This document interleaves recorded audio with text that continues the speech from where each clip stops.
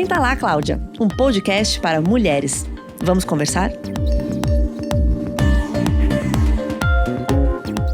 Olá, meu nome é Letícia Paiva, eu sou editora de Cláudia. Estamos aqui para mais um Senta lá, Cláudia. Comigo hoje estão Isabela Dercoli, redatora-chefe de Cláudia, primeira vez dela aqui no nosso podcast, e ela que, na verdade, é a leitora número 1 de Cláudia, porque ela lê todas as matérias antes de todo mundo. E recebemos hoje a Carol Sandler, que é fundadora do Finanças Femininas e também colunista de Cláudia. Você pode conferir as colunas dela no nosso site. Obrigada, tudo bom, meninas? Bem-vinda, Carol, que bom ter você aqui hoje.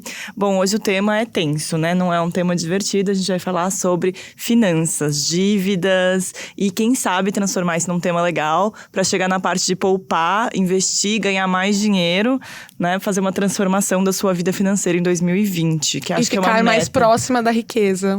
Eu acho que é uma meta pra todo mundo. A Carol vai ensinar a gente hoje. Isso é um tema divertidíssimo, ficar próxima da riqueza, pensar em sonhos e planos. E para isso a gente precisa olhar para a parte mais desagradável, que são as contas e os boletos. A gente vai começar da parte chata, né, Isa? Isso, vamos começar por aí. A gente estava conversando sobre um dado que saiu recentemente em dezembro, que diz que 65,6% das famílias brasileiras estão endividadas. Isso é um dado altíssimo e o indício é que a maior parte esteja endividada por cartão de crédito, boletos, consórcios, etc. Carol, isso tem saída? Qual que é a situação? Como fazer? Tem saída, mas precisa controlar. As pessoas, a gente lida com cartão de crédito como se ele fosse, tipo, nosso melhor amigo e resolve todos os nossos problemas e depois eu dou um jeito e é para isso que eu trabalho. Mas cartão de crédito, primeiro, é para quem consegue se organizar financeiramente e sabe que vai conseguir pagar a fatura no final do mês. Se você não é essa pessoa, se você já teve que parcelar a fatura do cartão, se você já teve que pagar só o mínimo do cartão, é melhor deixar ele em casa, guardado numa gaveta, não andar com ele no dia a dia, porque só isso faz uma diferença enorme. Você sabe que tem pesquisa que mostra que só da gente não andar com o cartão de crédito na carteira, a gente gasta menos. É impressionante. Então, o cartão é algo que realmente estimula o consumo. Você fica naquela ilusão de que você não precisa ter dinheiro para comprar aquilo e que depois você dá um jeito. Não tem jeito depois se você não deu um jeito até agora. Então, deixa o cartão de crédito e aí tem que montar um plano completo para realmente quitar essa dívida. Então, o cartão de crédito, ele não é a sua rede de segurança. A sua rede de segurança é aquele pé de meia que você faz ali. E o cartão de crédito, ele é para ser usado pontualmente. Exatamente. O cartão de crédito, se você sabe usar ele, ele te leva de um lugar ao outro, ele dá milha, você tem toda uma série de vantagens. Mas se você não sabe, ele vira uma arma na sua mão. É muito perigoso porque a gente tem as maiores taxas de juros do mundo. Então, hoje uma dívida no cartão de crédito triplica em um ano. Quadruplica em um ano. É algo completamente fora de controle. Então, eu já falei com mulheres que tinham dívidas de centenas de milhares de reais no cartão de crédito. Uma vez eu conversei com uma mulher que tinha uma dívida de R$1,5 milhão de reais no cartão de crédito. Nossa, só ganhando na Mega Sena, né? Só ganhando Eu não sei nem por onde começar. Ela teve que vender o apartamento, o casamento dela acabou. São situações realmente muito difíceis que muitas pessoas enfrentam.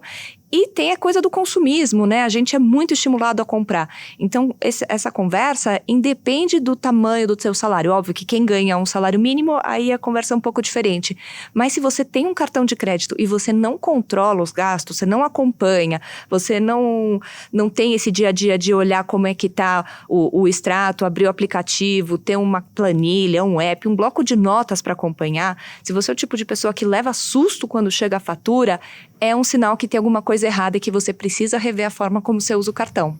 Agora, Carol, tem uma coisa que, assim, em termos práticos, né? Assim, a gente precisa comprar coisas no cartão, né? Quebra seu fogão, você precisa de um fogão. Quebra sua geladeira, você precisa de uma geladeira. Aí você parcela, obviamente. Sim. Né? São coisas que te pegam de surpresa. Tem um limite das minhas finanças que aquele cartão deve atingir? Um limite, assim, só pode ter até 5%, só pode ser até... Tem uma conta assim? Na verdade, não, porque o cartão de crédito, na verdade, ele é um meio de pagamento. Ele não é uma categoria de gastos, porque a gente coloca de tudo no cartão. A gente coloca a geladeira geladeira nova que teve que parcelar e a gente coloca o supermercado e coloca também as brusinhas, os sapatos, as liquidações e por aí vai. Então, o que você tem que olhar, na verdade, é a forma como você gasta de um jeito geral. Eu montei uma fórmula junto com o professor Samidana, a gente montou juntos uma fórmula no nosso livro Finanças Femininas, para realmente conseguir equilibrar os gastos de todo mundo, porque cada um tem um momento de vida, prioridades e valores diferentes, preferências diferentes. Mas você não pode gastar do seu salário mais do que 50% com essenciais. Aqui eu estou falando de alimentação, moradia, transporte, celular, plano de saúde, esse básico do nosso padrão de vida.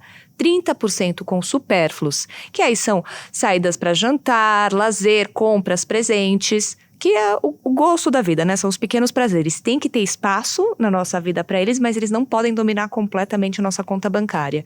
E aí, como você falou, tem que guardar. A nossa segurança, o nosso colchão, vai ser uma reserva financeira que aí você consegue construir aos poucos, guardando 20% de tudo que você ganha. Nossa, esse cálculo ele é bem interessante, né? Porque se a gente for pensar que 30% para supérfluos parece muito. Quando você fala, meu Deus, 30% eu vou jantar muito fora, eu vou fazer várias coisas. Exato. E para você saber que você tá dentro dele, é importante ir anotando todos os gastos. Ir anotando tudo. Muita gente tem preguiça de fazer isso. Eu confesso que o meu aplicativo, ele é super manual. Eu vou lá e anoto.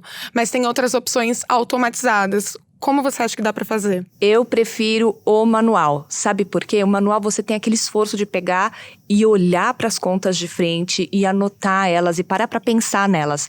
Foi feito um estudo nos Estados Unidos com pessoas que queriam perder peso. E aí tinha um grupo que tinha que fazer acompanhamento com nutricionista, tinha um grupo que ia fazer acompanhamento com um professor de educação física e tinha um grupo que simplesmente tinha que anotar tudo o que comia. Quem anotou foi quem perdeu mais peso, porque isso traz consciência e com consciência você faz melhores escolhas. E a mesma coisa com dinheiro. Então, mas realmente anotar todos os gastos é chato. Mas assim, Carol, eu tenho que anotar, sei lá, se eu passei no posto e eu comprei uma garrafa de água e uma bala junto com a gasolina. Até isso tem que ir pra planilha. Eu vou ensinar uma forma mais suave de fazer isso. Você vai fazer isso, anotar todos os gastos, da balinha ao IPTU, por um mês. Todos os dias, por um mês, você vai anotar todos esses gastos. No final do dia, você vai chegar e vai passar aquilo para a sua planilha, para o seu aplicativo. Para algum lugar, você tem que ter esse controle, tá? E aí, depois de um mês, você já vai ter mais consciência financeira. E aí, você pode, por exemplo, ir acumulando os recibos ou então os avisos de SMS que seu banco te manda cada vez que você faz uma compra. E no final da semana, você passa aquilo para a planilha. Você cria uma reunião semanal com você mesma, 20 minutos, meia hora. E aí você passa os gastos da semana e dessa forma você consegue ter mais controle e não precisa ficar anotando tudo todo dia, porque ninguém consegue anotar tudo todo dia pra sempre. A minha dica é passar tudo no débito e olhar depois do extrato. Maravilhosa. Ou misturar o crédito e o débito. Perfeito, é isso que eu faço no meu dia a dia, misturo crédito e débito. E eu uso um aplicativo chama Mobills, MOBILLS, porque você consegue criar as categorias nele. Então eu tirei as categorias que tinham e criei só as categorias essenciais, supérfluos e reserva. E assim fica muito claro exatamente quanto eu estou gastando com cada categoria e se eu estou passando do limite ou não. Quando você vai consultando isso toda semana, você já cria essa noção de se você pode pegar, aproveitar o fim de semana e fazer uma farra, ou se você vai ter que levar mais marmita na semana seguinte porque exagerou um pouco. E dessa forma você vai construindo um equilíbrio de um jeito mais natural e sem tanta neurose nem susto no final do mês. Eu acho que pra quem gostou dessa dica da Carol, tem uma matéria no site com outros aplicativos que possibilitam você controlar suas finanças, então... A gente vai colocar tudo junto nesse podcast. Quem for olhar o podcast já vai ver lá. Cada um escolhe o que preferir. E se você for na planilha manual ali, de colocar gasto a gasto, depois você tem um jeito de separar. Então, tudo isso aqui é básico, tudo isso aqui é supérfluo e tudo isso aqui é pra guardar. Eu tenho uma planilha, eu deixo o link pra vocês, também pra baixar junto, que eu tenho uma planilha do 50, 30, 20, que aí resolve o problema e já categoriza pra você. Não vai ter ninguém que vai poder ficar endividado esse ano. A gente tá dando todas as soluções aqui. Exatamente. E quem tá endividado tem que mudar um pouco essa fórmula. Porque quem tá endividado não pode guardar dinheiro. Precisa primeiro quitar as dívidas e depois começar a guardar. E aí, quando você quitou as dívidas, começar a guardar fica muito mais fácil. Quando você está no vermelho, eu sugiro a fórmula 50% para essenciais, 20% para supérfluos e até 30% no máximo por mês para pagamento das parcelas das dívidas. E aí, depois que você quitou a dívida, fica muito mais fácil você guardar dinheiro e ainda tem um aumento no padrão de vida. Maravilhoso. Aumento no padrão de vida, um sonho de princesa. Tá bom, organizamos a bagunça. Como ter forças para poupar todo mês, sabendo que o dinheiro está ali. Não vai fazer nada com ele, entre aspas. E você pode comprar uma blusinha com ele e guardar mais, na esperança de guardar mais no mês seguinte. Como ter forças? A questão principal é o problema da sobra. Você fala, nunca sobra nada. Eu fiz uma enquete no meu Instagram, perguntei por qual a sua maior dificuldade de guardar dinheiro e a maior parte das respostas foi nunca sobra nada. E é muito difícil pensar nisso porque se você encara dinheiro como sobra, quando você pensa em sobra, você pensa em desperdício, você pensa em jogar fora, gastar de qualquer jeito. E a verdade é que eu não conheço ninguém que tem dinheiro de sobra. Eu conheço gente que tem dinheiro guardado para um objetivo. Talvez, sei lá, o ganhador da Mega Sena da virada ganhou uma grana milionária que não tinha nenhum plano para fazer com aquilo. Mas você, para conseguir guardar dinheiro, primeiro você precisa parar de encarar dinheiro como sobra e você tem que saber para que ele vai servir. Então, primeira coisa, você estabelece quanto você vai guardar por mês. Então, se você nunca guardou nada, guardar 20% Parece muito. É impossível. Então, você faz que nem se você estivesse treinando para uma maratona. Você começa guardando 5%, depois você vai subindo até a meta de chegar em 20%. E você guarda assim que o dinheiro cai na conta. Assim, caiu na conta, como você já tira ele. Como se fosse o boleto. Os especialistas todos chamam isso de se pagar primeiro. Sim. É a conta Letícia, a conta Isa, a conta Carol. E o legal é que você pode deixar já programado no banco uma aplicação automática, que você não precisa nem se lembrar de pegar e tirar aquele dinheiro. E assim você já se acostuma a viver com menos do que você poderia, entre várias aspas, que a verdade é que ninguém pode gastar tudo que ganha. Eu tenho uma pergunta boba, mas é real. Muitas pessoas me perguntam isso. Quando a gente fala em 20%, é 20% do valor líquido que entra na sua conta. Não 20% do bruto, porque aí você, enfim, seria 20%. Exatamente. Seria, não é nada boba. Não, o legal de dinheiro é que não existe pergunta boba, vale tudo, sabe? A gente precisa, inclusive, falar mais e fazer todas as perguntas. Sim, do dinheiro líquido, daquele que de fato entra na sua conta. Porque você tem que distribuir isso de acordo com os seus gastos. Então, você só vai lidar com o dinheiro que, de fato, você recebe. Agora, Carol, por muito tempo, mesmo que a gente tirasse esse dinheiro da conta para guardar, a gente confiava muito na poupança. A poupança era, né, assim, a garantia dos brasileiros de que o dinheiro estaria guardado e até rendesse um pouquinho. Hoje a gente sabe que a poupança não faz mais tanto sentido, né, que ela não rende mais do que a inflação. O que isso quer dizer? A gente tem que tirar o nosso dinheiro da poupança. E pra onde a gente manda esse dinheiro agora? Sim, a gente precisa. Por onde começar, né? Vamos aos poucos. Vamos aos poucos. Primeira coisa, não dá pra deixar na poupança, porque você falou, Isa, você perde pra inflação, você sai perdendo dinheiro no final do ano. Então, aí bate aquela segurança. Como é que eu faço pra investir? Onde é que eu tenho que deixar meu dinheiro? Como é que funciona? Pra reserva de emergência, eu tenho dica simples, prática. Hoje já tem contas de banco que elas ficam rendendo 100% do CDI. O CDI é a taxa que os bancos emprestam uns aos outros, que os bancos ficam fazendo isso o dia inteiro. E ela é super próxima da Selic, que é a taxa básica de juros do nosso país. Então, fica rendendo pelo menos ali o CDI, que é o mínimo hoje para qualquer tipo de aplicação. Então, tem essas contas que ficam a 100% do CDI em alguns bancos digitais. Ou então, você tem fundos DI taxa zero, que vai dar a mesma coisa. Ele vai te render o CDI e você não precisa pagar taxa de administração para eles. Mas, para investir, o legal é que você não precisa fazer isso sozinha.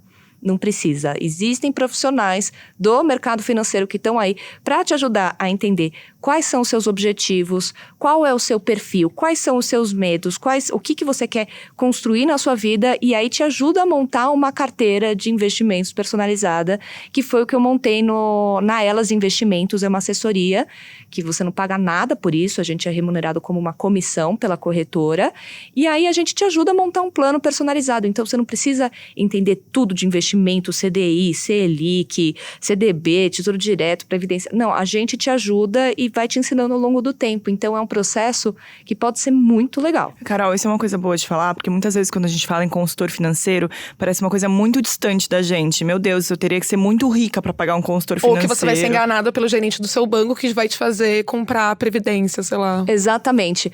O gerente do banco realmente tem meta comercial para bater. O assessor financeiro não. O assessor financeiro, ele é um profissional independente, que ele é remunerado pela corretora como uma parte das taxas que você já paga para a corretora. Então, quando você vai investir, você tem que ter uma conta na corretora e esse dinheiro, essa taxa que você paga, ou vai ficar na corretora ou então vai ser distribuído para o assessor que ajudou você a fazer aquele investimento. Então, já é o valor que você paga normalmente. E são profissionais do mercado, são regulados pela CVM, que é o órgão, é o xerife do mercado financeiro. E aí são pessoas que são especializadas nisso para te ajudar a montar um plano e você não vai pagar absolutamente nada mais por isso. Então é uma vantagem maravilhosa do mercado financeiro que pouca gente conhece ainda. E aí é só dar um Google, como você encontra alguém para te ajudar? Você vai fazer o seguinte, Elas Investimentos. Exatamente. Ou então você vai procurar no Google, assessor de investimentos. Ponto. Como escolher um assessor de investimentos. O legal da Elas é que a gente montou uma assessoria feita por mulheres, para mulheres, entendendo que o processo de escolha de um investimento de uma mulher é completamente diferente do homem. Quando você vai falar de investimento para homem, ele quer saber de rentabilidade, rentabilidade e rentabilidade.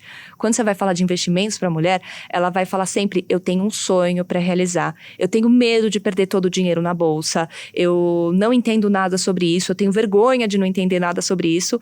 E aí a gente criou um sistema realmente de apoio, educação e empoderamento para a mulher, de fato, se tornar dona desse processo de investir com confiança no potencial dela mesma de fazer isso. A Letícia falou um ponto muito importante aqui. Ela falou, na verdade, dos gerentes de banco que querem vender aposentadoria. Mas eu acho que isso é uma questão que a gente precisa discutir agora, porque a gente está nesse grande debate político nacional da Previdência e tem muita gente que está recorrendo à Previdência privada e outras pessoas que há muitos anos recorreram, que foi uma boa saída para elas. Hoje em dia, a Previdência privada ainda é uma saída? Ainda é a melhor saída. Eu tive essa semana num evento com vários especialistas, gestores, analistas, economistas, e eu vi um consenso muito grande de todos que para planejamento de aposentadoria, a Previdência privada é a melhor ferramenta. Primeiro, porque você tem uma questão fiscal, você paga menos imposto e você não precisa pagar os impostos agora, o que quer dizer que você tem mais dinheiro acumulando por mais tempo, com mais juros em cima dos juros, em cima dos juros. Então, você tem um benefício fiscal muito grande por conta da forma que a Previdência é criada. Depois, você tem a questão da portabilidade. Então, se o seu planejamento para aposentadoria está muito arriscado ou está pouco arriscado, você consegue mudar de um fundo para outro sem precisar pagar taxas ou impostos. Então, a portabilidade também é um negócio incrível da Previdência. E, por fim, tem muito esse mito de que Previdência é arroz com feijão, não rende nada, taxa alta. Hoje você tem planos com taxas baixíssimas, taxa de carregamento zero, que é a taxa para você fazer um aporte todo mês. Você tem planos que investem em renda variável, em ações, que têm rentabilidades incríveis. Tem planos que rendem 2 vezes o CDI, com um risco super conservador. Então, para longo prazo, esse é a ferramenta para realmente planejar a aposentadoria. Agora, tem uma coisa legal no que você falou, que é o seguinte, a Previdência não é uma coisa assim, eu ponho meu dinheiro lá, fecho o olho e eu nunca mais olho. Você tem que acompanhar, ver se ela tá rendendo bem, se o seu fundo escolhido foi um fundo que faz essas escolhas, né, de fixa, variável, etc. Exatamente. Então, você tem que acompanhar ao longo do tempo, não precisa ficar neurótica acompanhando aquele extrato todo mês, cair um pouco, você bate o desespero, não é. Porque investimento é algo de longo prazo. Mesmo os melhores gestores, os fundos vencedores vão ter meses que eles vão mal. Então, toda vez que você vai avaliar um fundo de investimentos, você tem que olhar para o histórico dele dos últimos 3 anos. Olhar só para os últimos 12 meses, você está só olhando para um período específico do mercado. E é por isso que é legal ter um assessor, uma assessora, porque é a pessoa que vai te ajudar e olhar aquilo com critério para você. Falar assim, nossa, esse fundo tá bom ou vale a pena você fazer uma portabilidade para algo que faz mais sentido para você nesse momento, sabe? Eu queria dar um passo atrás e voltar na questão de escolher corretora e mais pra frente escolher a gestora do fundo e escolher o fundo que você vai investir. Vamos explicar direitinho o que é cada uma dessas coisas. Perfeito. Corretora, hoje em dia, a gente sabe que não é mais uma coisa muito difícil. Você consegue fazer uma conta gratuitamente numa plataforma de investimento que, na verdade, é uma corretora, de alguma forma. E, enfim, espalhar os seus recursos em renda fixa, variável e tudo mais. Vamos por cada um dos termos. Como achar corretora e depois como pensar num fundo e numa gestora de recursos. Perfeito. A corretora tem as corretoras dos bancos e tem as corretoras independentes. Mas qualquer que seja a sua, se você faz um investimento, você tem uma conta em uma corretora. É melhor sempre você procurar uma corretora independente, porque é que nem você procurar, você vai comprar, sei lá, uma maquiagem. Ou você vai numa multimarcas que tem um monte de opção e vários preços diferentes e produtos de qualidades diferentes para vários perfis diferentes. Ou então você vai numa marca só e que você vai ter só aquela opção. É basicamente isso. Uma corretora independente tem sempre mais opção e são mais baratas também, melhores. Depois, você tem que parar para pensar, antes da gestora, escolher uma corretora que tenha um escritório de agentes autônomos, de assessores financeiros que podem te ajudar, porque isso está dentro do valor que você já paga para a taxa. Você investir com um assessor ou sem um assessor é o mesmo preço, mas com o assessor você tem mais serviço. Exato. E aí, você tem que olhar para gestores. Na hora que você vai escolher um fundo, você falou super bem. O gestor, quem que é? É a pessoa que administra aquele fundo e que fica olhando aquela estratégia por você. São equipes profissionais, que têm times que trabalham, às vezes, há mais de uma década juntos, que sabem trazer resultados e identificar quais são os riscos, quais são as oportunidades do mercado. E hoje você tem gestoras fantásticas que trazem fundos com performances incríveis. Mas essa é uma conversa que você tem que ter com o seu assessor, porque é a pessoa que está ali. Eu vejo até por estar agora no dia a dia de um escritório de assessores. A gente recebe fundos toda semana que vem alguém apresentar um fundo pra gente, explicar qual que é a estratégia, apresentar quem é a equipe. Então, a gente acaba conhecendo muito do mercado e tem um outro lado que você tem que entender qual que é o seu perfil de investidor. Por quê? Porque quem tem um perfil conservador vai ter que montar uma carteira de investimentos que é completamente diferente do que quem tem um perfil arrojado, um perfil agressivo. Quem pode investir na bolsa? Quem pode investir em fundos imobiliários? Quem tem que investir no Tesouro Direto? Tudo isso depende muito do seu perfil de investidor e isso a corretora e o assessor te ajudam a definir. Ou seja, se você baixar sozinho um aplicativo, que a gente sabe que tem um monte de aplicativos de corretora que você baixa ali, você não pode copiar o do coleguinha. Não copie o do coleguinho. Não copie. copie. Não copie, porque o que serve para um não serve para outro. A gente vê muito isso. Eu vejo mulheres que acabam copiando. Tem um homem na vida dela que falou assim, você vai pegar e você vai investir todo o seu dinheiro nisso, tá bom? Ah, tá bom. E aí o que acontece? Aquele fundo, às vezes, ela não consegue sacar o dinheiro na hora que ela quiser. E ela ficou sem um dinheiro de reserva de emergência porque ninguém pensou aquilo com ela e definiu que uma parte da grana dela tinha que estar acessível para se ela tivesse qualquer imprevisto. Ninguém parou para pensar que aquele dinheiro precisa ser um dinheiro de longo prazo. Então, o objetivo é, sei lá, fazer um mestrado fora do país e que ela precisa guardar mais dinheiro em menos tempo. Então, você olhar toda essa especificação, esses detalhes, ajuda muito, porque realmente, mercado financeiro tem muito detalhe. Hoje em dia, tem mais de 18 mil fundos à venda no Brasil. São centenas e centenas de gestoras. Tem gestoras boas, tem gestoras ruins, tem gestores novos que não têm experiência comprovada, tem gente que já tem décadas de experiência e resultados para mostrar.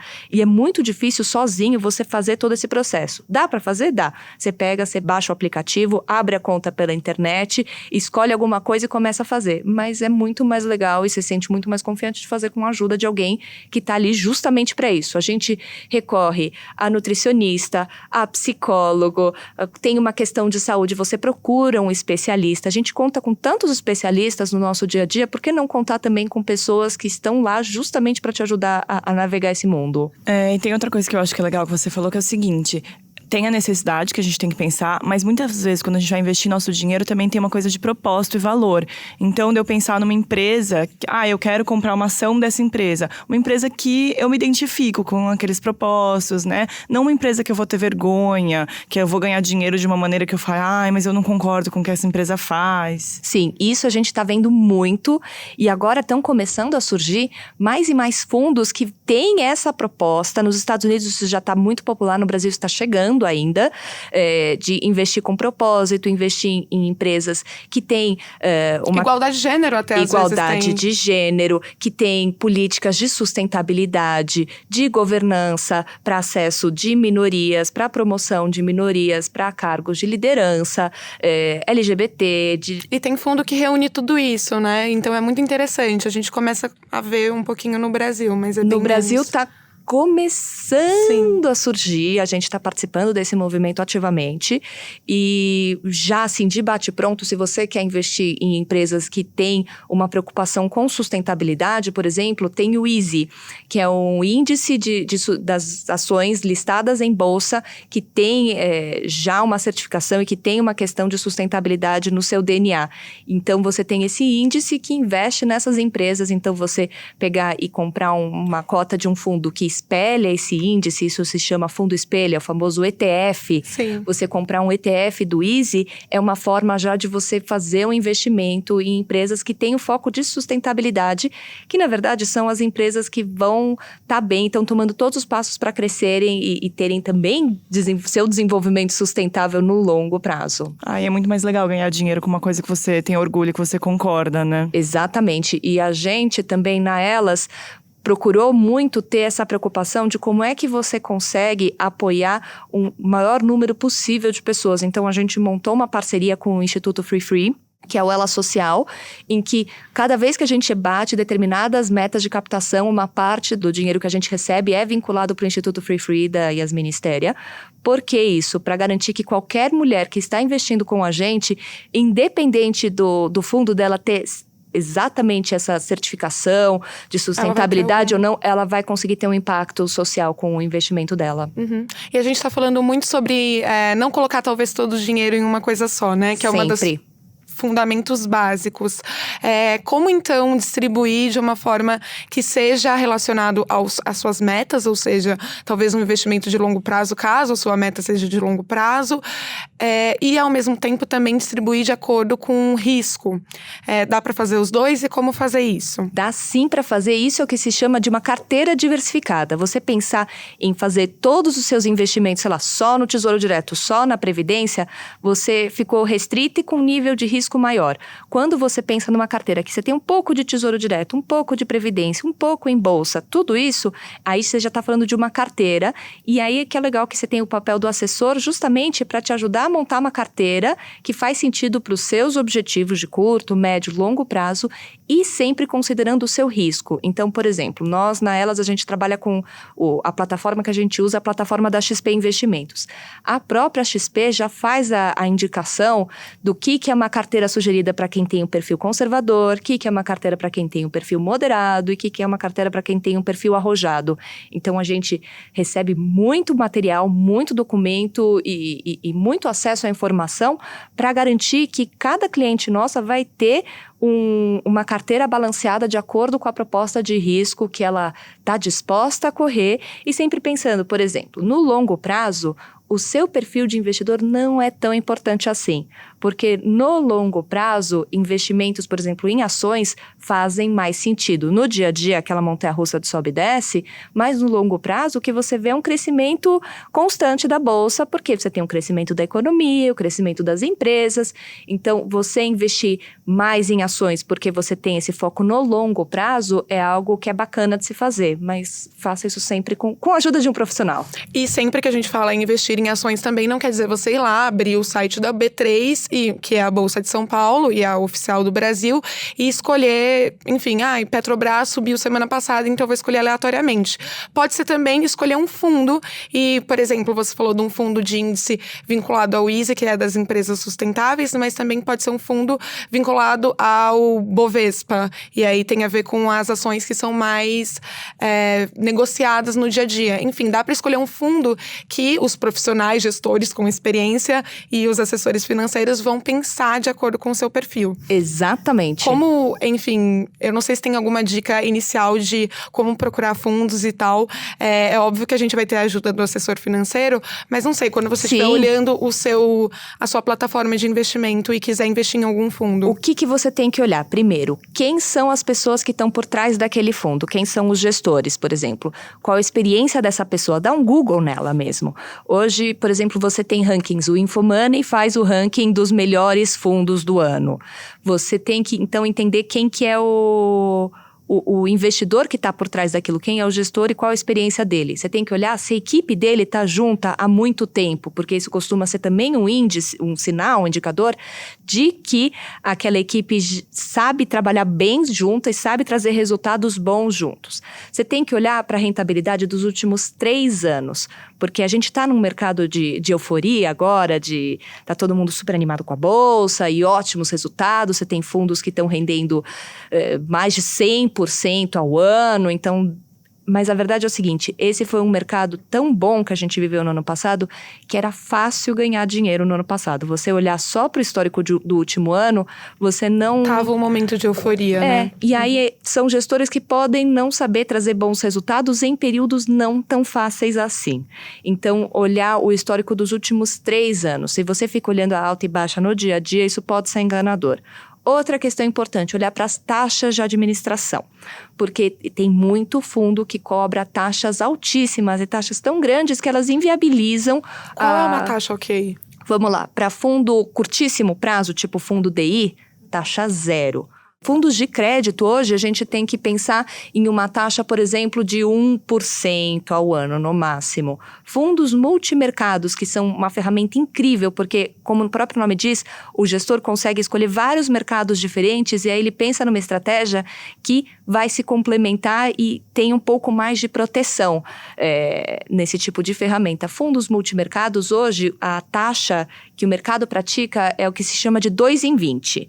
2% de administração e 20% de performance. A taxa de performance é uma taxa que é cobrada a partir do momento em que o fundo bate, por exemplo, o Ibovespa. Se ele foi melhor que o Ibovespa, aí 20% dessa diferença vai ser paga para o gestor. Então, é uma taxa que pode parecer alta, 20%, mas é uma taxa que estimula o gestor a conseguir os melhores retornos possíveis. Dá para entender porque ele quer conseguir um bom retorno, não é só para te ajudar, né, linda? Exatamente. No final, não tem nenhuma bondade nas finanças. Não tem nenhuma bondade. Tem muito jargão, tem muito termo técnico, é um mercado que foi feito à imagem e semelhança dos homens. Não é que foi feito de uma forma machista, mas foi criado por homens para homens. Isso dá para explicar também porque 1/4 só dos investidores em bolsa são mulheres.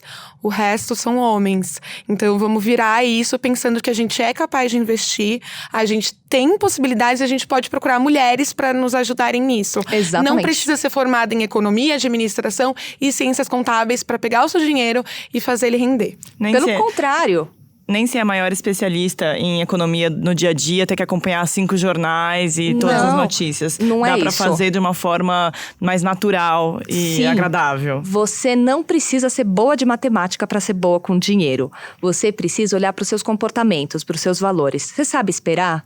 Você sabe priorizar? Você sabe abrir mão de algo no presente para ter mais no futuro? Isso é ser boa com dinheiro, sabe? É olhar muito mais para esse lado.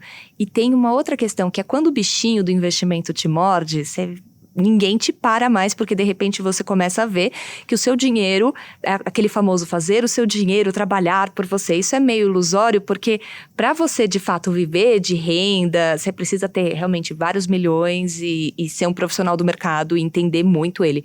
Mas você vê que com o seu esforço e com uma boa carteira de investimentos, o seu dinheiro está rendendo aí sozinho. Gente, ninguém te segura, porque você está ganhando mais, não só agora no seu trabalho, mas também com seus investimentos. Maravilhoso. E a longo prazo isso é maravilhoso pra te garantir, né, uma vida mais confortável. E a curto prazo ele te salva em qualquer emergência que você tiver. Então uma situação ganha-ganha, não tem como sair perdendo. Não tem como sair perdendo. Muito obrigada, Carol. Obrigada, Isa. A Isa vai voltar mais vezes. Sigam a Carol no Finanças Femininas, no Instagram, @Finanças Femininas. E também leiam a coluna dela no site de Cláudia. Tudo isso que a gente falou de links e tudo mais, se você for lá em podcasts no nosso site, vai ter esse podcast com os links que a gente mencionou, tá bom? Exatamente. E a assessoria que a gente montou é a Elas Investimentos, elas com 2 L's, dá pra achar no Google, Vou no colocar Instagram. lá também, Fechou. linkado. Obrigada. Então é isso, gente. Vamos ficar rico em 2020. Juntas. Obrigada. Obrigada, Eu que Carol. agradeço pelo convite.